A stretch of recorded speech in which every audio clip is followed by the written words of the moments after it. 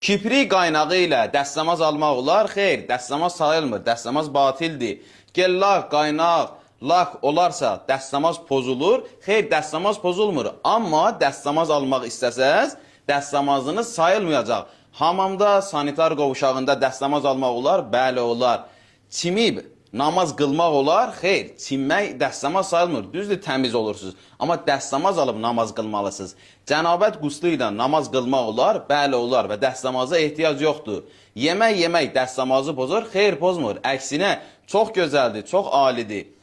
Quran oxumaq üçün dəstəmaz almaq lazımdır. Xeyr, vacibdir. Amma Quranın yazılarına toxunmaq üçün dəstəmaz almaq vacibdir. Kapırın corabın üzərindən məhz çəkmək olar? Xeyr, olmaq. Əlimdə üzük var, necə dəstəmaz alım? Dəstəmaz alırsınız, üzüyü sadəcə çıxardırsınız müəyyən qədər ki, su üzüyün altına da dəysin.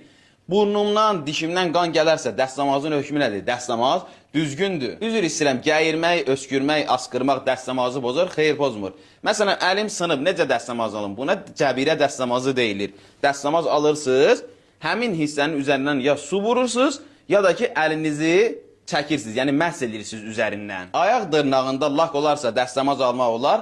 Xeyr, olmaz. Dəstəmaz alıb çinmək olar? Bəli, olar. Qadınla kişinin dəstəmazı arasında fərq var. Vacibatda heç bir fərq yoxdur.